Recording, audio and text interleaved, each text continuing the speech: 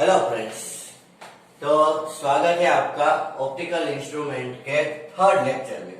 इस लेक्चर में हम पढ़ेंगे एस्ट्रोनॉमिकल टेलीस्कोप। ठीक है, अगले दो वीडियोस में हमने डिस्कस किया था एक सिंपल माइक्रोस्कोप और दूसरा कंपाउंड माइक्रोस्कोप। वो यूज होते थे पास की चीज लेकिन बहुत छोटी, पास की चीज लेकिन बहुत छोटी। तो अगर हमें उसको स्टडी करना है तो वो बड़ी होनी चाहिए। ठीक है, इसीलिए हम उसको बड़ी बनाने के लिए उस माइक्रोस्कोप का यूज करते थे। यहां पर चीजें बहुत बड़ी होगी, बहुत बड़ी। कैसी बड़ी? For example sun.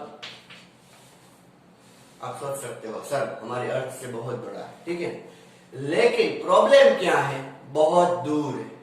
Okay, the things which are very far, okay, whatever they are very, whether they are very big, okay, but because of their distance, okay, what we visualize that their size is small. Okay, समझ में आ रहा है ना?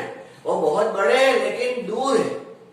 तो उसका क्या हुआ कि हमको क्या लगता है कि वो बहुत छोटे हैं। तो उनको पास में लाने के लिए, सिर्फ मैं क्या बोल रहा हूँ, बड़ा नहीं कर रहा, मैं क्या बोल रहा हूँ, पास में लाने के लिए उनको पास में, ताकि वो जो साइज इतनी है उससे थोड़ी सी बड़ी दिखे। ठीक है, उसके लिए जो हम यूज करेंगे इंस्ट्रूमेंट, उसका नाम है एस्ट्रोनॉमिकल टेलीस्कोप। ठीक है, सारी डेफिनेशन लिख देते हैं। Telescope which is used to observe celestial bodies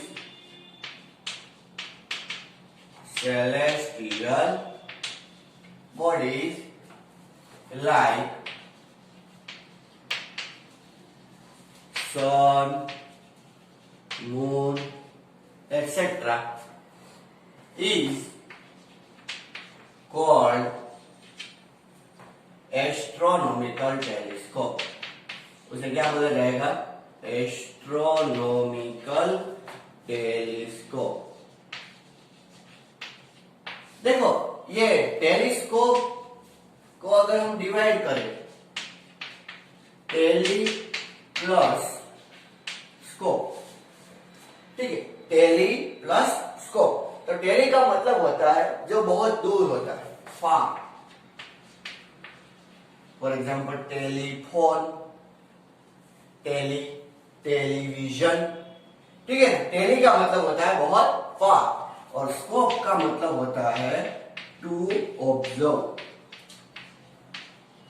तो जो बहुत फार होता है उसको ऑब्जर्व करने के लिए जो इंस्ट्रूमेंट यूज होता है उसको बोला जाता है टेलीस्कोप। और स्पेशली जो हम सेलेस्टियल बॉडी की बात करें, सन और मून जो बहुत दूर है, ठीक है ना, उनको ऑब्जर्व करने के लिए जो यूज किया जाएगा उसे बोलेंगे एस्ट्रोनॉमिकल टेलीस्कोप। आज हम मेनली ये एस्ट्रोनॉमिकल टेलीस्कोप पढ़ेंगे और दूसरे टेलीस्कोप भी हमारे पास है। For example terrestrial telescope. Terrestrial telescope, ये टेरेस्ट्रियल टेलीस्कोप क्या है? देखो, जैसे ये एस्ट्रोनॉमिकल है वैसे ही ये टेरेस्ट्रियल। टेरेस्ट्रियल का मतलब कि अर्थ के ऊपर कोई ऑब्जेक्ट है। फॉर एग्जांपल हम क्रिकेट मैच में जो टेलीस्कोप यूज करते हैं वो कौन सा है? Terrestrial telescope. ठीक है, तो यहाँ पर मैं डेफिनेशन लिख देता हूं। Telescope use to observe, telescope used to observe objects on earth। अच्छा, मैं एक चीज लिखना भूल गया, फार ऑब्जेक्ट्स स्पेशल, ठीक है ना, वो बर्ड वॉचिंग के लिए भी। वो objects on earth is called terrestrial telescope. Terrestrial telescope. तो शायद आपको डिफरेंस पता चल गया होगा कि एस्ट्रोनॉमिकल टेलीस्कोप किसे बोलते हैं और टेरेस्ट्रियल किसे बोलते हैं।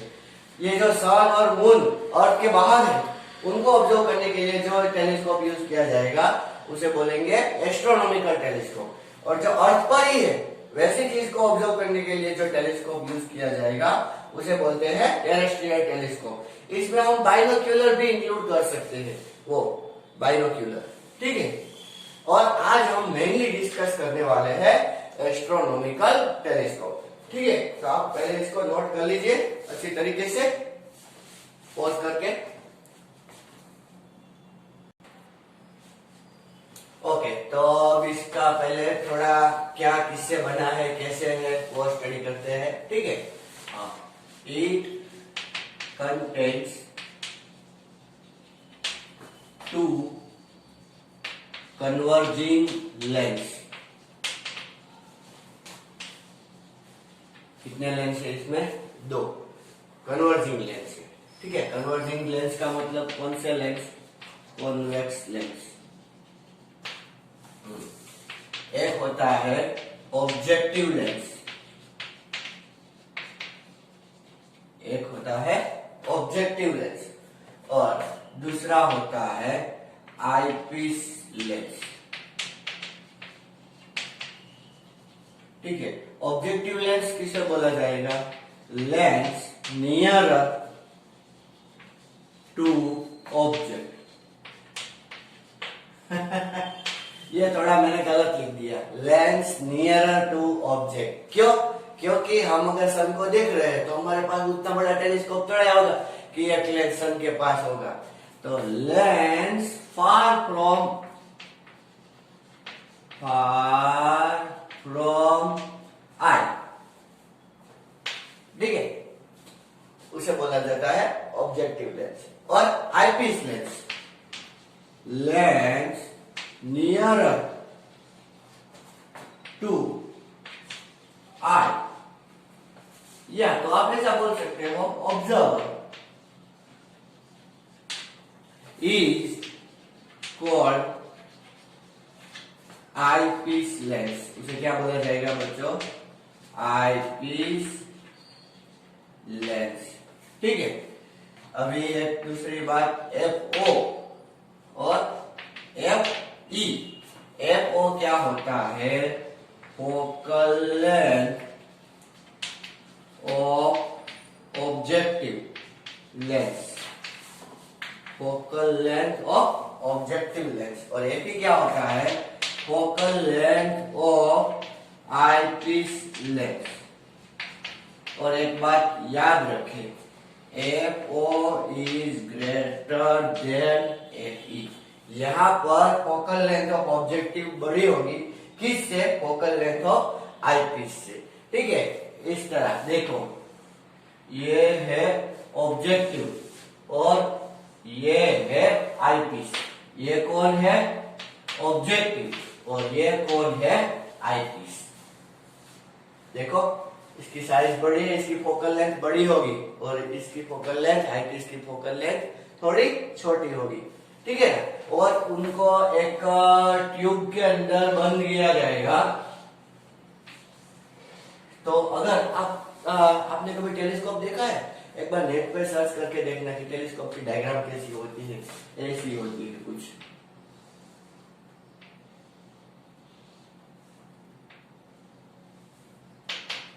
ठीक है। हम यहां से देखते हैं ऐसे करके। तो ये देखो, ये बढ़ रहा है तो हमें क्या पता चला कि यहाँ पर जो लेंस होगा, ये जो लेंस, इसको लेंस बोलेंगे, ठीक है। ये लेंस होगा वो छोटा होगा और ये लेंस होगा वो बड़ा होगा और इनके बीच का जो डिस्टेंस वो होगी ट्यूब लेंथ, ठीक है। वो हम आगे डिस्कस करेंगे।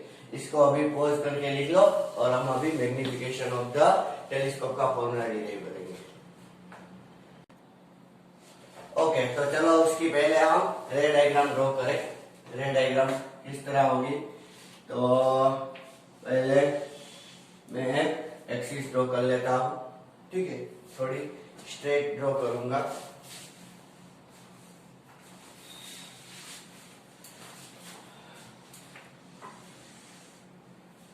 ट्राई कर रहा हूं स्ट्रेट ड्रॉ करने की।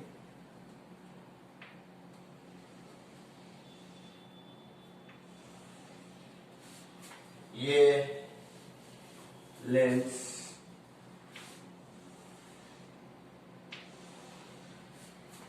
हो गया ऑब्जेक्टिव लेंस।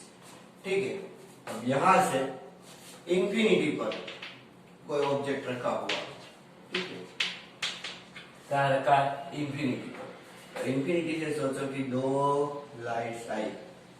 कितनी लाइट? दो। ऐसे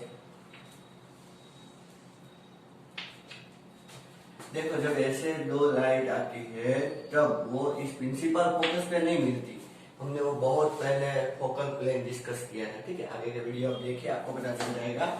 ये कहीं एक दूसरे को कट होगी फोकल प्लेन में। कहाँ कट होगी? फोकल प्लेन में। तो हमें यहाँ पर एक इन्वर्टेड इमेज मिलेगी। ठीक है, ये इन्वर्टेड इमेज हो गई ए डैश बी डैश, और ये जाके एक लेंस जिसका हमने नाम दिया था आईपीस लेंस, उससे जाके मिलेगी। तो इमेज कुछ इस तरह बनेगी।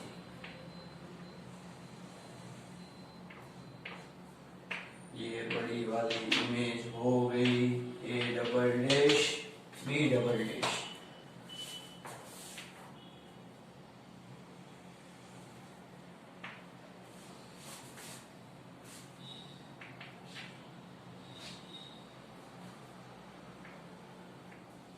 मैं इसे ड्रॉ कर रहा हूं।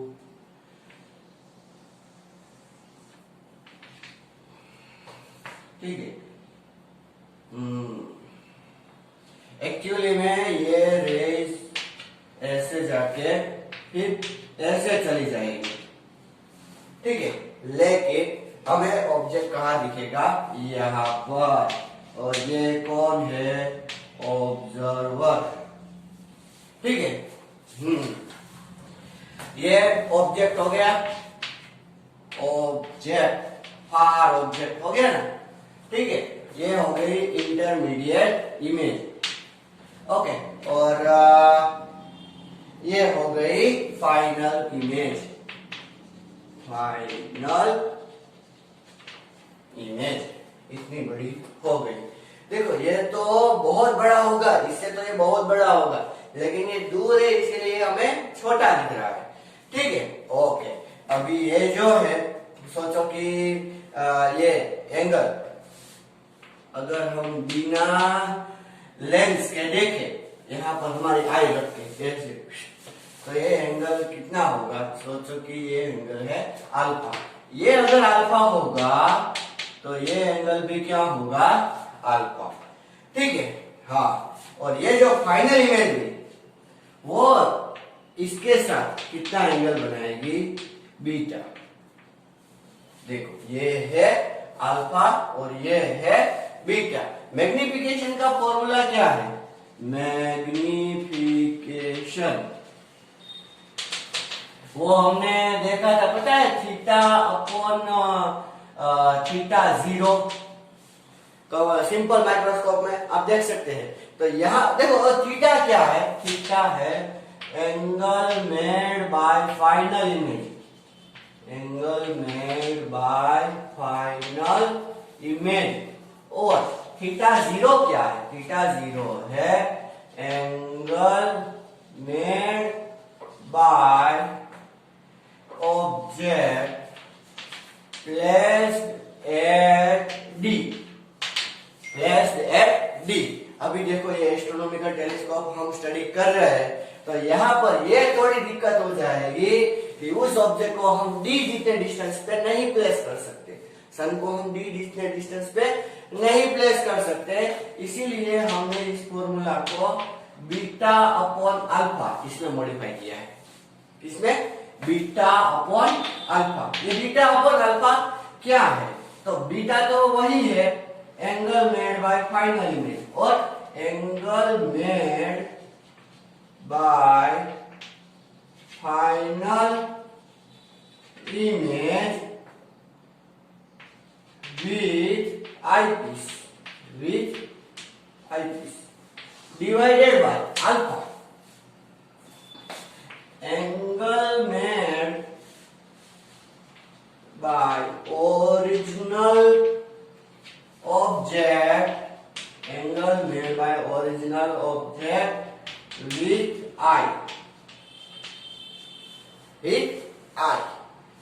आई का मतलब आई पीस नहीं है, सिर्फ आई, नेकेड आई बोल सकता हूं कि हमने इसको यूज मतलब कि अगर इसको यूज नहीं किया ऐसे ही देख रहे हैं तो ये प्रिंसिपल एक्सिस के साथ कितना एंगल बनाएगी अल्फा। ठीक है, इसको पहले अच्छी तरीके से देखे और नोट कर ले।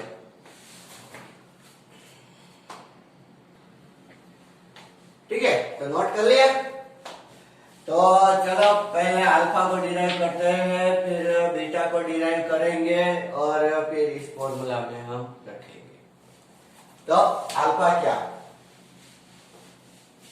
देखो अच्छी तरीके से देखो,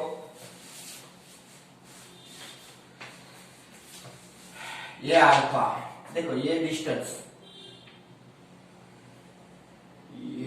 डिस्टेंस होगा फोकल लेंथ ऑफ ऑब्जेक्टिव।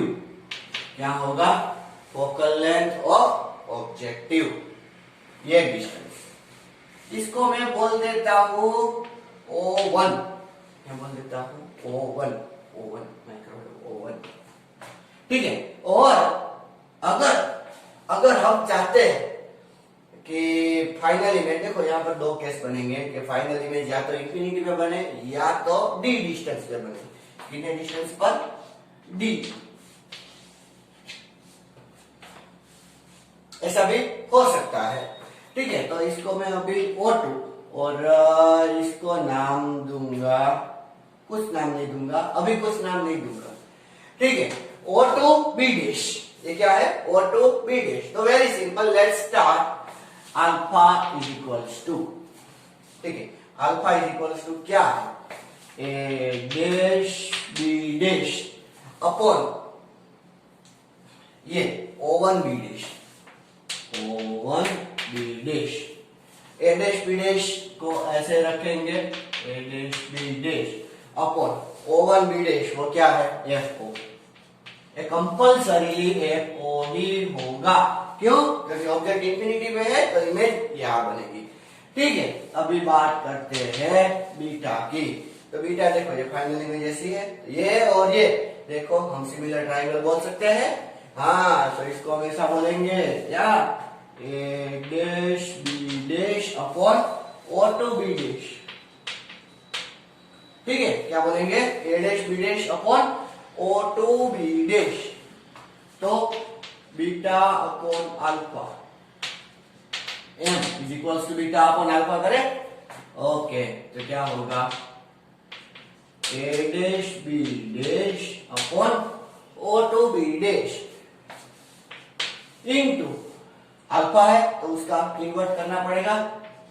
तो यहाँ पर ए डैश बी डैश आएगा और यहाँ पर क्या आएगा? FO आएगा। अभी ये कट हो गया तो हमें क्या मिला? FO upon O2 B dash. O2 B dash मतलब ये।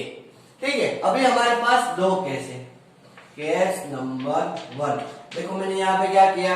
बीटा तो लिया अपोजिट अपॉन एडजेसेंट, अल्फा तो ये भी लिया अपोजिट अपॉन एडजेसेंट। ठीक है ना, यहाँ पे ट्रायंगल देख लो, ए डैश बी डैश O1 अच्छी तरीके से, ए डैश बी डैश O2 ये। ठीक है, इसमें से मैंने किया है इसे। हाँ, और अभी केस 1 पहला क्या है कि image form at infinity, image form at infinity. कौन सी इमेज? ये वाली। ठीक है, ये इमेज कहां पर फॉर्म हो गई? इंफिनिटी पर। तब क्या होगा? देन देखो ये इमेज इंफिनिटी पे कब बनेगी? जब आप किसी ऑब्जेक्ट को उसके फोकस पे रखोगे। कहां पर रखोगे? फोकस। ऑब्जेक्ट फोकस पे होगा तो उसकी इमेज कहां बनेगी? इंफिनिटी पे। तो इसका मतलब यह है कि O2 B dash, O2 B dash is equals to क्या हो जाए? F। O2 B dash is equals to Fe। तो हम यहाँ पर क्या लिख देंगे तब, magnification is equals to FO upon Fe। देखो ये मैग्निफिकेशन नेगेटिव होगा, क्यों? क्योंकि ये इन्वर्टेड इमेज है ना, इसीलिए अगर हम मॉड m ले लेंगे तो हमें क्या मिलेगा, FO अपॉन Fe। कब? जब फाइनल इमेज कहां पर होगी, इंफिनिटी पे। इसको नॉर्मल एडजस्टमेंट भी बोला जाता है, नॉर्मल एडजस्टमेंट। ठीक है, आप इसको पॉज करके नोट कर लो, हम केस 2 भी स्टडी करने वाले हैं। ओके, तो केस 2 क्या है? देखो यहाँ पर जो हमें इमेज मिलेगी वो इतनी बड़ी नहीं होगी, क्यों? क्योंकि वो इमेज d डिस्टेंस पे नहीं थी, इसीलिए अगर हमें इमेज बड़ी देखनी है तो मतलब कि वो कहां पर होनी चाहिए, d डिस्टेंस पर। मतलब कि क्या, अगर मैं लिख दूं यहाँ पर final image formed at d, final image कहां पर फॉर्म हो जाए, d। ठीक है, अब हम यूज करते हैं lens formula, 1 upon v minus 1 upon u is equals to 1 upon Fe। तो 1 upon minus v minus 1 upon ये क्या है, O2b dash,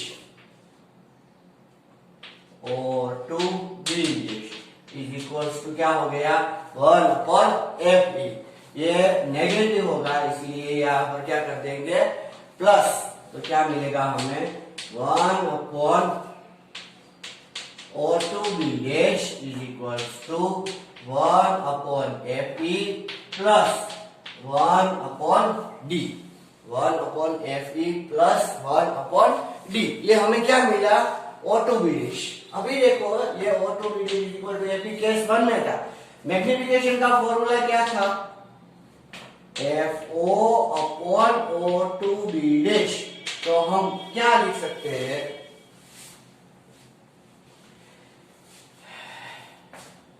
is equals to FO into 1 upon O2b dash, ऐसा लिख सकते हैं। ओके, तो FO, अभी O2b डैश क्या मिला हमें, तो ये 1 upon Fe plus 1 upon d। तो क्या आएगा, यहाँ पर मैं कर देता हूं, FO d plus Fe upon d into Fe। ठीक है, अभी Fe को अगर हम बाहर निकाले तो हमें क्या मिलेगा, FO upon Fe, FO upon Fe। मैं इसको अच्छी तरीके से लिख देता हूं, FO अपॉन Fe, और ब्रैकेट में क्या रह जाएगा, d कट हो जाएगा, 1 प्लस Fe अपॉन d। ठीक है, मोड ले लेंगे। तो ये हो गया मैग्निफिकेशन, हाईएस्ट मैग्निफिकेशन। कब, जब इमेज कब बने, कहां बने, d डिस्टेंस पे। ठीक है, तो आप इसको नोट कर लीजिए। देखो ये फाइनल इमेज हमें इन्वर्टेड मिल रही है। फाइनल इमेज कैसी मिल रही है, इन्वर्टेड। तो ऑब्जर्वेशन में प्रॉब्लम हो सकती है, लेकिन एक अच्छी बात है, मैं यहाँ पर एक सर्कल ड्रॉ कर रहा हूँ।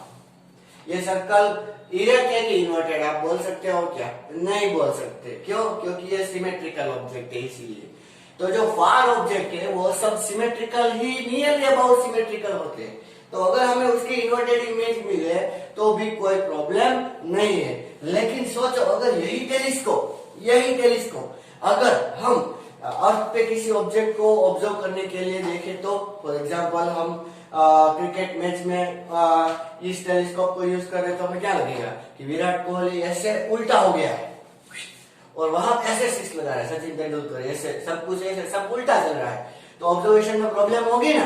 तो वहां पर ये टेलीस्कोप नहीं चलेगा, वहां पर कौन सा टेलीस्कोप चलेगा, टेरेस्ट्रियल टेलीस्कोप। ठीक है ना। तो टेरेस्ट्रियल टेलीस्कोप में क्या करते हैं, एक लेंस और ऐड कर देते हैं, जिससे क्या होगा कि फाइनल इमेज इरेक्ट बन जाएगी। ठीक है ना। वो अभी हम स्टडी नहीं करेंगे, उसकी कोई जरूरत नहीं है। ठीक है, हम स्टडी करेंगे बेसिकली कौन सा, एस्ट्रोनॉमिकल टेलीस्कोप। तो यहाँ पर तीनों इंस्ट्रूमेंट कंप्लीट हो गए, simple microscope, compound microscope and astronomical telescope. ठीक है, नमस्कार।